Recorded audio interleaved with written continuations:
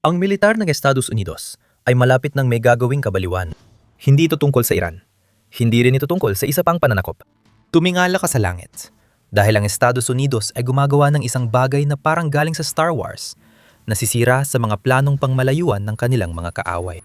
Natataranta ang mga kaaway na yon sa kung ano ang ilalagay ng Estados Unidos, daan-daang milya sa itaas ng kanilang teritoryo. At dapat lang silang matakot. Pero may iba't ibang uri ng kabaliwan dito. Baliw na ang sandata, pero lalo na ang gastos, ibang level na ng kabaliwan.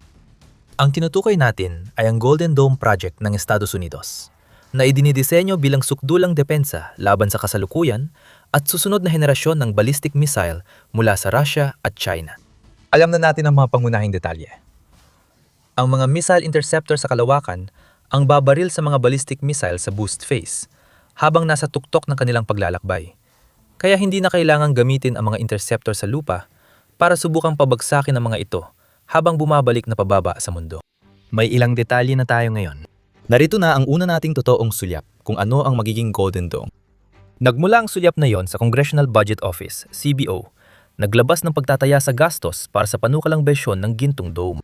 Tandaan ang gastos at babalikan natin ito mamaya. Pero una, ayon sa CBO, ang pangunahing bahagi ng Gintong Dome ay isang napakalaking konstelasyon ng 7,000 at 800 anti-missile interceptor. Lahat ay umiikot sa kalawakan sa paligid ng mundo, habang naghihintay na pabagsakin ang anumang ballistic missile na banta na mapapasok sa kanilang saklaw. Ang 7,000 at 800 missile interceptor na yon ay aabot sa 60% ng kabuuang presyo na tinukoy ng CBO. Hindi pa natin alam ang detalye tungkol sa mga interceptor. Hindi naman magdadalang US ng mga Patriot sa kalawakan at ilalagay ang mga iyon sa buwan. Pero alam natin na may nagtatrabaho na sa pagpapaunlad ng mga ito. Ang kumpanyang iyon ay Lockheed Martin. Ibinunyag nila ang bahagi ng plano sa press release noong Mayo 1, kung saan sinabi ng US Space Force Space Systems Command na pinili ang kumpanya para paunlarin ang mga kakayahan para sa Space-Based Interceptor Program, SBI, na kilala rin bilang Golden Dome. Naging generic na ang press release pagkatapos nun. Ipinagmamalaki ng Lockheed Martin ang karanasan nila sa mga subok sa labang misil na PAC-3 na ginagamit sa Patriot systems at binanggit ang karagdagang maagang patong sa multi-domain layered shield na nagpoprotekta sa bansa. Mayang na napili sila para sa Golden Dome Project, hindi pa rin isinasa publiko ng Lockheed Martin ang kanilang mga plano. Matalino. Kasi ayaw ng US malaman ng iba kung paano gumagana ang space-based interceptors bago ito ma-install at magamit. Unti-unti na natin nakikita kung ano ang magiging itsura ng Golden Dome. Ang matagal nang binubuong Air Defense Network ay nagiging realidad na. Ang bansag na Star Wars, na dating humila pababa sa ideyang ito, ay mas mukhang totoo na ngayon. At hindi lang 7,000 at 800 air defense system sa orbit ang bubuo sa Golden Dome. Tandaan, ayon sa CBO, sila ang bumubuo ng 60% ng malaking tinatayang budget na inilalabas. Natalakay na ng US officials ang ibang aspeto ng Golden Dome. Noong Abril 20, iniulat ng Washington Times ang sinabi ni Space Force General Michael A. Getlin. Siya ang direktor ng Golden Dome Program at sinabi niya ang target nito. Ang Golden Dome ay disenyo para labanan ang mga bagong banta sa himpapawid tulad ng unmanned aerial system, cruise missiles, hypersonic at maneuvering hypersonic missiles, pati na rin ballistic missiles mula sa himpapawid at dagat ayon kay Getlin. Malawak ang saklaw nito. At kahit may 7,000 at 800 missile interceptor sa kalawakan, posibleng hindi pa rin sapat para mapigilan lahat ng ganitong sandata. Totoo ito, lalo na sa cruise missile na dumadaan malapit sa lupa kaysa sa kalawakan. May mga solusyon ng Golden Dome, pero gaya ng interceptor ng Lockheed Martin, di pa malinaw ang detalye. Sabi ng Washington Times, poprotektahan ng Golden Dome ang 50 estado gamit ang high-tech na sandata at AI sa mga kasalukuyang depensa. Ayon sa kanya. Sa madaling salita, ang mga interceptor sa kalawakan ay bahagi ng mas malawak na depensa, kasama ang ground-based air defense, electronic warfare at cyber strategy ng Amerika. Ang pundasyon nito ay isang di-opisyal na programang tinatawag na Missile Defense System Next o MDS Next. Layunin naming baguhin ang pag-iisip ng kalaban sa pamamagitan ng mabilis na pagpapalabas ng advanced na kakayahan para sa MDS. Next, upang mapanatili ang mapagpasyang bentahe ng ating puwersang militar, ayon kay Direktor ng Missile Defense Agency, Air Force Lieutenant General Heath A. Collins, kung tama siya, ang Golden Dome ay magiging bangungot sa mga kaaway ng Amerika. May mga pag-unlad na nagaganap lampas sa kasunduan ng Pentagon at Lockheed Martin. Sa ngayon, nagawad na ang US Space Force ng 20 kontrata sa 12 kumpanya na abot sa $3.2 bilyong ayon sa Air and Space Forces. Habang ang mga on-orbit missile interceptor na ginagawa ng Lockheed Martin ang pangunahing tampok sa mga kontratang ito, ang iba naman ay iginawad sa mga tulad ng Northrop Grumman, SpaceX, na inaasahan naming may kinalaman sa proyekto dahil sa umiiral itong konstelasyon ng mga satellite na nagpapatakbo ng Starlink, at Raytheon. Ang isang bagay na masasabi nating sigurado sa lahat ng ito ay simple lang. Totoo ang Golden Dome. Nangyayari na ito at naipagkakaloob na ang mga kontrata. Bago tayo bumalik sa isa pang nakakabaliw na bahagi ng ulat ng CBO, may mahalagang impormasyon mula sa Warzone o TWZ tungkol sa 7,000 at 800 space interceptor na ayon sa CBO ay kailangan upang maging mabisa ang Golden Dome. Ayon sa TWZ, ang pahayag ng CBO tungkol sa Golden Dome ay batay sa palagay na may 6 na pangunahing bahagi ang sistema. Una sa listahan, ang napakalaking konstelasyon ng 7,000 at 800 space-based interceptor na lalaman ng 60% ng budget at tila pinaka-advanced na bahagi ng Golden Dome. Kung magtatagumpay na mabuo ang buong sistema, ang mga interceptor na yon ang magiging responsable sa pagpabagsak ng mga ballistic missile habang nasa boost phase pa lang o nasa bahagi pa ng paglalakbay nila sa kalawakan. Ang iba pang mga elemento ay sumasaklaw sa upper at lower wide area surface sites, pababa sa regional sector, at self-defense para sa 4 na surface site ng Amerika. May binanggit na constellation ng satellite para subaybayan ng mga target at dito namin nakikita ang papel ng SpaceX. Ang mga layers sa pagitan ng space-based interceptor at satellite constellation ay tumutukoy sa pagpapalawak ng kakayahan ng Amerika sa mga interceptor na nakabase sa lupa at dagat, kabilang ang Terminal High Altitude Area Defense System at Next Generation Interceptor, ayon sa ulat ng EWZ. Mukhang kinukumpirma nito ang buong plano ng Golden Dome ayon sa CBO. Mga interceptor sa kalawakan, suportado na mas marami sa lupa, lahat ay tatanggap ng datos mula sa satellite, sensor at radar. At ang huling dalawa ay malamang mayroon na ang US sa lupa. Unti-unti nang lumilinaw kung ano ang Golden Dome. Ngunit hindi pa natin napupuntahan ang pinaka-nakakabaliw na bahagi. Kahit impressive na parang Star Wars ang sistemang ito, laging problema pa rin ang gastos. Kahanga-hanga talaga ang mga numero. Pero bago natin pag-usapan ang tinatayang magiging gastos nito ayon sa CBO, paalala lang na military show ang pinapanood mo. Kung may natutunan ka dito, mag-subscribe para mapanood pa ang iba naming video. Kaya, ang gastos. Diretsahan naming sasabihin. Sabi ng CBO, para magawa ang Golden Dome na may 7,000 at 800 mga interceptor sa kalawakan at iba pang detalye, kakailanganin ng Pentagon ng $1.2 trilyong para sa pag-develop, pag-deploy at maintenance.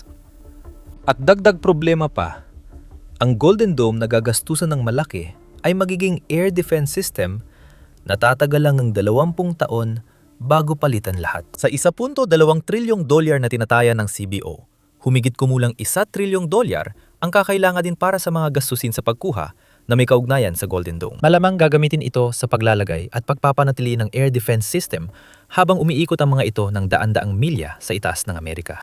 Kailangang bayaran ng mga tauhan, kailangan din ng maintenance, pagkukumpuni, at panapanahong pag-upgrade. Kung tama ang CBO, maglalaan ng US ng malaking pera para sa Golden Dome. May ilang paalala sa mga numerong ito. Kahit malaki ang $1.2 trilyong, hindi naman ito malayo sa mga halagang ginastos na ng US noon para palakasin ang kanilang puwersa sa digmaan. Sabi ng Business Insider, higit $2 trilyong ang ginastos ng US sa F-35 project kapag in-adjust sa inflation. Kaya hindi na bago ang ganitong paggastos. Isa pang pahalala ay ang numerong ito ay bahagi lamang ng isang pagtatantya na ginawa ng CBO. At mismo ang CBO na rin ang nagsabi na napakahirap tukuyin kung ano talagang magiging totoong halaga ng Golden Dome sa huli. Bagamat may mga dokumento ng budget request ng DoD para sa taong piskal na 2027 na may 5 taong projection ng pondo para sa GDA, hindi pa inilalabas ang detalye tungkol sa mga sistemang ide-deploy at planong arkitektura. Kaya hindi matantiya ang pangmatagalang gastos ng sistemang GDA na isinasaalang-alang ng DoD ayon sa CBO. Sa konteksto, ang GDA ay ibig sabihin ay Golden Dome for America. Hindi yun gaanong kalaking biyaya para sa Pentagon kung pakinggan. Ang imposibleng tantiyahin ay nangangahulugan lang na ang patuloy na gasto sa pagpapanatili ng Golden Dome ay maaring mas mataas pa kaysa sa tinatayang halaga ng CBO. May isa pa tayong paalala sa CBO numbers. Sabi ng Trump administration, mas mura ng malaki ang Golden Dome. Pagbalik ni Pangulong Donald Trump sa White House, inanunsyo niya ang Golden Dome at sinabing $25 bilyong lang ang paunang puhunan nito. Medyo kakaiba gamitin ang lang sa ganito kalaking pera. Pero maliit lang ito kumpara sa 1.2 trilyong tantiya ng CBO. Sabi ni Trump, aabot sa $175 bilyong ang kabuwang gastos ng Golden Dome kasama ang patuloy na gastos. Malaki pa rin ang halaga. Pero mga 15% lang ito ng tantiya ng CBO. Ang mga pagtataya ng Pentagon para sa Golden Dome ay bahagyang tumaas noong Marso mula $175 bilyong hanggang $185 bilyon. Pero ang katotohanan ay nananatili na may malaking agwat sa pagitan ng sinasabi ng CBO kung magkano ang magagastos dito kumpara sa sinasabi ng administrasyon ni Trump. Kaya ano nga ba ang dahilan? May posibleng paliwanag ang CBO. Itinuro ng CBO na ang tinukoy na gastos ng kagawaran ng tanggulang pambansa ng US o DOD ay mukhang sumasaklaw lamang sa mas maikling panahon kumpara sa pagsusuri ng CBO at maaring sumasalamin sa ibang saklaw na mga gawain at kategorya ng budget. Maaring mga hulugan ito ng isa sa dalawang bagay. Maaring mas limitado ang saklaw ng Pentagon, DOD at ng Administrasyong Trump para sa kung ano ang magiging Golden Dome o, kung tama ang CBO, ang mga pagtataya ng Administrasyong Trump tungkol sa magiging gastos ng lahat ng ito ay lubang hindi tama. Malalaman lang natin kung alin dito ang totoo kapag may konkretong detalye na tungkol sa Golden Dome. May isa pang aspeto ng pagtataya ng CBO na dapat ding banggitin. Bagamat kahanga-hangang 7,000 at 800 missile interceptors sa kalawakan, may limitasyon pa rin ang network. Sabi ng CBO, ang bahagi ng Golden Dome na nakabase sa kalawakan sa kanilang inaasahang bersyon ay kayang makipaglaban sa 10 target ng sabay-sabay lamang. Maliit ang bilang na yan, pero may dahilan kung bakit ganon. Ang isang ballistic missile sa boost phase nito ay nagbibigay lang ng 3 hanggang 5 minutong pagkakataon para mapabagsak ito ng isang air defense system. Para mapabagsak ng Golden Dome ang missile, dapat ito ay nasa low Earth orbit sa taas na nasa pagitan ng 100 at 86 at 310 milya. Ang problema ay dahil hindi kayang manatili ng mga satellite sa low Earth orbit sa isang lugar sa ibabaw ng planeta. Lagi silang gumagalaw dahil umiikot sila sa isang banda sa Ecuador at nililimitahan sa hilaga at timog ayon sa itinakdang orbital inclination. Ang nagiging problema dito ay kailangan ng US ng sapat na malaking konstelasyon ng mga satellite sa tamang mga lugar para mabilis na maipadala ang mga missile interceptor na kailangan para pabagsakin ang banta ng ballistic missile. Nagbigay ng halimbawa ang CBO. Kailangan ng US ng 20 space-based interceptor satellites na nasa tamang pwesto para makapagpaputok ng tig-2 missile interceptor bawat isa laban sa 10 ballistic missiles. Para madagdagan ng sabayan pag-intercept ng ballistic missiles, kailangan ng US magpadala ng mas madaming satellites sa kalawakan. Dahil dito, tataas pa ang gastos. Posibleng lagpas sa $1.2 trilyong ayon sa CBO. Binanggit dito na mga 30,000 satellite ang kailangan para suportahan ng 7,000 at 800 missile interceptors sa kalawakan sa loob ng 20 taon. May hamon na dapat lutasin ng US dito. Malinaw na sinabi ng administrasyon ni Trump na ang Golden Dome ay para protektahan laban sa banta mula sa lahat ng kaaway ng US, kabilang ang China at Rusya. Ang mga pagtataya ng CBO tungkol sa kung ano ang magiging itsura ng sistema ay tila mas nakatuon sa tinatawag nitong mga regional na banta, tulad ng mula sa Hilagang Korea at Iran kung saan madaling matukoy kung saan ilulunsad ang ballistic missile. Ang konklusyon ng CBO ay simple. Mas mahusay ang Golden Dome kaysa sa meron ng US ngayon. Pero baka hindi pa rin ito sapat para pigilan ang malawakang ballistic missile launch ng isa sa pinaka-nakakatakot na karibal ng Amerika. Kailangan pa natin ng dagdag na detalye mula sa White House tungkol sa plano nila para sa Golden Dome. Alam natin kung anong layunin nito. Alam din natin ang pagtataya ng CBO kung ano ang kakailanganin para sa ganitong klaseng sistema. Pero pagdating sa mga detalye talaga, hindi pa masyadong naglalabas na impormasyon ang White House maliban sa pamamahagi ng ilang kontrata. Ayon sa Defense Express, may usapan tungkol sa pagpapalakas ng lunar infrastructure ng US at maging sa pagtatayo ng mga base sa buwan na nagpapakita ng ambisyon ng Administrasyong Trump. Kulang pa rin sa detalye. Pero kahit may duda, natatakot pa rin ng mga kaaway ng Amerika sa Golden Dome. Hindi lang kami nagsasabi niyan. Sa mga sumunod na buwan, matapos i-anunsyo ng Amerika ang proyekto, marami sa mga bansang may tuturing na kaaway nito ang nagalit ng husto sa Golden Dome. Naglabas ng pahayag ang Hilagang Korea na kinondena ang ideya. Tinawag nila itong isang nuclear war scenario sa kalawakan na sumusuporta sa estratehiya ng US para sa unipolar na dominasyon na karaniwan na raw sa kayabangan at pagiging mapagmataas ng Amerika. Malalaking salita mula sa bansang pinamumunuan ng diktador na may sariling ambisyong nuklear. Naglabas ng magkasanib na pahayag ang Russia at Sina tungkol sa Golden Dome na tinawag itong labis na nakakabahala. Giit nila, ang pag-iralang Golden Dome ay mag-uudyok sa ibang bansa na gumawa rin ng kinetic at non-kinetic na paraan laban dito. Ngunit ang tunay na pananaw kung ano ang nararamdaman ng Sina at Russia tungkol sa Golden Dome ay makikita sa kung ano ang ibig sabihin nito pagdating sa mga aspeto ng digmaan sa hinaharap na nakabase sa kalawakan. Pinalalala pa ang sitwasyon ng Golden Dome ng Amerika dahil layunin nitong dagdagan ng kakayahan para sa operasyong militar sa kalawakan, tulad ng pagbuo at paglalagay ng mga sistema ng pagharang. Kaya nagiging lugar ng armas at tunggalian ang kalawakan, ayon sa magkasanib na pahayag. Dito pumapasok ang takot. Kung magagawa ng US ang Golden Dome, kahit anong anyo nito, malaking hakbang ito ng Amerika sa susunod na hangganan ng digmaan. Ayaw ipakita ng Russia at China na nagsisikap din silang maging pangunahing puwersa sa kalawakan tulad ng US. Binanggit ng TWZ at Georgetown Security Studies, review na nagsagawa ng anti-satellite weapons tests ang 3 bansa kamakailan. At tila naglagay na rin ng missile interceptor sa kalawakan ang mga kalaban ng Amerika. Sinusubukan ng China ang pinaghihinalaang kakayahan sa geosynchronous Earth orbit na posibleng magbanta sa US systems tulad ng GPS at infrastruktura ng Amerika para sa maagang babala sa missile. Kaya kapag naglalabas ng makasanib na pahayag ang Rusya at Sina tungkol sa ginagawa ng US, pinapalabas nilang ginugulo ng Amerika ang pandaigdigang balanse ng seguridad. Pero ang totoong ibig lang sabihin ay, hindi sila binibigyan ng kalayang manguna sa isang karera ng digmaan sa kalawakan. Binubuod ng Modern War Institute sa West Point ang lahat sa tradisyonan ng mga termino ng digmaan. Mula simula ng digmaan, palaging hinahangad ng mga naglalaban ang mataas na posisyon. Kung nasa mataas kang posisyon, kontrolado mo ang laban. Kaya naman itinayo ang mga kuta sa tuktok ng mga burol. Ang taas ay nangangahulugan ng mas maganda ang pagmamanman at kakayahang labanan ng kalaban na mapapagod muna bago makarating sa iyo. Sa pinakapayak na antas, ito ang nakikita natin ngayon sa proyekto tulad ng Golden Dome. Ngayon, ang mataas na posisyong yon ay literal ng nasa kalawakan.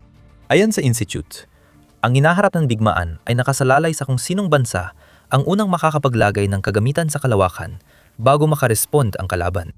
Nagsisimula na magbago ang kalikasan ng digmaan. Ang dating purong estratehiya ay unti-unti nang nagiging technical. Matagal na rin itong nangyayari. Umiiral ang makabagong armas dahil sa pag-unlad ng teknolohiya. Ngayon, naghahanda ang US para sa mga digmaan sa bagong larangan. Ang Golden Dome ay ginawa para bigyan ng maagang kalamangan ang Amerika doon. Kung magagawa ito, ay nakadepende kung gaano kalaki ang ilalaan ng US sa proyektong maaring tumaas ang gastos ayon sa CBO. Ang Golden Dome ba ay aksayang proyekto o isang malaking pagsulong sa pakikidigma? Iyan ang tanong. Habang iniisip mo ang sagot, tandaan na hindi lang Golden Dome ang lihim na proyektong inihahanda ng US laban sa mga kaaway nito. Sa katunayan, may isang kumpidensyal na proyekto na nagamit na sa Iran. Ang proyektong ito ay may potensyal na baguhin ang modernong pakikidigma. At maaari mong malaman kung ano ito sa pamamagitan ng panonood ng aming video. At kung nagustuhan mo ang video na ito, huwag kalimutang pindutin ang subscribe button para hindi ka mahuli sa aming mga pagsusuri tungkol sa pinakabagong mga kaganapan sa makabagong larangan ng digmaan.